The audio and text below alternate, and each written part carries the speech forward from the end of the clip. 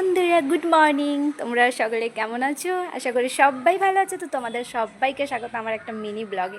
তো আজকের ব্লগটা একটা বিশেষ হতে চলেছে, কারণ আজকে আমার পৃথার জন্মদিন। তো কি বলো তো, মানে আমি কি করছি না করছি, কতটুকু করতে পারছি না পারছি, পুরোটাই তোমাদের সাথে এই ভিডিওটার মাধ্যমে আমি তুলে ধরবো। সো আমি উঠে গেছি সকাল সকাল, এরপর বাড়ির সমস্ত কাজ নিপটে চান টান করে একটু পুজোটাও আমাকে করতে হবে। তারপর আমি দেখি রান্নার দিকে কি করি।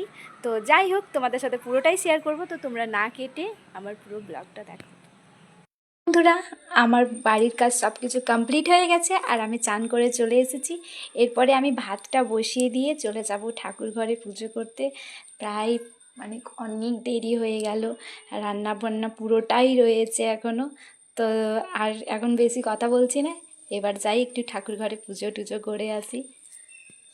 ঠাকুর ঘর থেকে পুজো টুজো করে আর আমি কড়াইও বসিয়ে দিয়েছি।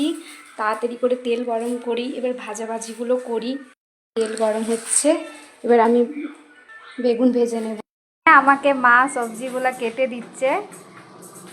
এখানে মা সবজি কাটতে বসেছে, মা কেটে দিচ্ছে বলে আমি তাড়াতাড়ি করতে পারবো।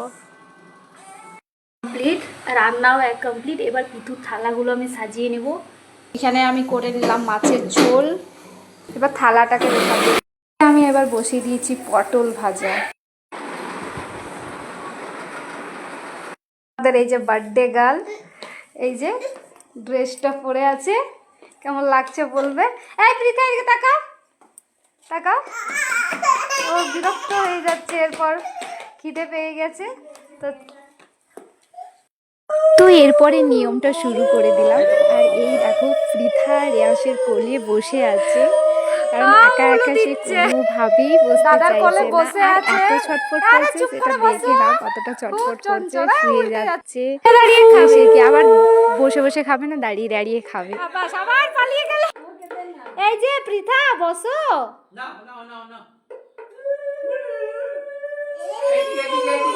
ও উলু দিতে ব্যস্ত।